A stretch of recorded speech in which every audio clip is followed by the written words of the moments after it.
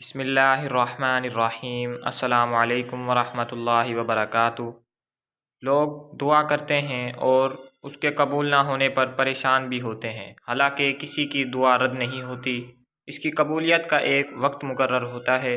سورہ بقرہ میں اللہ تعالیٰ کا فرمان ہے، جب میرے بندے میرے بارے میں آپ سے سوال کریں تو آپ کہہ دیں کہ میں بہت ہی قریب ہوں، ہر پکارنے والے کی پکار کو جب بھی وہ مجھے پکارے قبول کرتا ہوں۔ اس لیے لوگوں کو بھی چاہیے وہ میری بات مان لیا کریں اور مجھ پر ایمان رکھیں، یہی ان کی بھلائی کا باعث ہے۔ احادیث مبارکہ میں دعا کی قبولیت کی کئی اوقات کا ذکر کیا گیا ہے کہ مسلمان ان وقت میں دعا کرے تو قبول ہوتی ہے۔ تو ان میں سے چند احادیث آپ کے پیش نظر ہے۔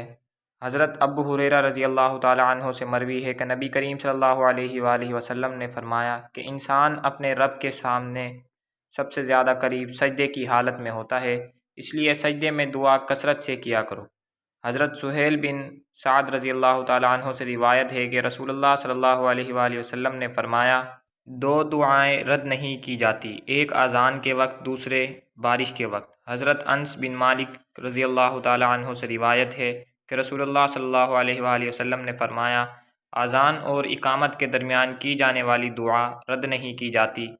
لوگوں نے پوچھا کہ یا رسول اللہ صلی اللہ علیہ وآلہ وسلم، پھر ہم اس وقت کیا دعا کریں؟ آپ صلی اللہ علیہ وآلہ وسلم نے ارشاد فرمایا، اللہ تعالیٰ سے دنیا اور آخرت کی عافیت مانگا کرو۔ ایک اور روایت میں آتا ہے کہ رسول اللہ صلی اللہ علیہ وآلہ وسلم نے جمعہ کے دن کا تذکرہ کیا تو آپ صلی اللہ علیہ وآلہ وسلم نے فرمایا کہ اس دن میں ایک ساعت ایسی ہے کہ کوئی مسلمان بندہ کھڑا ہو کر نماز پڑھے اور اس ساعت میں جو چیز بھی اللہ تعالیٰ سے مانگتا ہے اللہ تعالیٰ اسے عطا کرتا ہے۔ دوسری روایت ہے کہ سحر و افطار کے 2 وقتوں میں کی جانے والی دعا قبول ہوتی ہے، مطلب کہ رمضان میں۔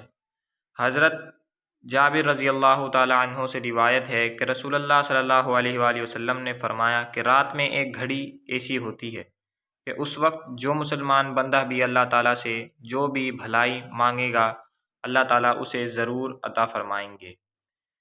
حضرت ابو ہریرہ رضی اللہ تعالیٰ عنہ سے روایت ہے کہ رسول اللہ صلی اللہ علیہ وآلہ وسلم نے فرمایا، جب امام آمین کہیں تو تم بھی آمین کہو، کیونکہ جس کی آمین فرشتوں کی آمین کے موافق ہو جائے گی تو اس کے پچھلے گناہ معاف کر دیے جائیں گے، اور جب امام غیر المغضوب علیہم ولا الضالین کہے تو تم بھی آمین کہو، اللہ تعالیٰ تمہاری دعا قبول کرے گا۔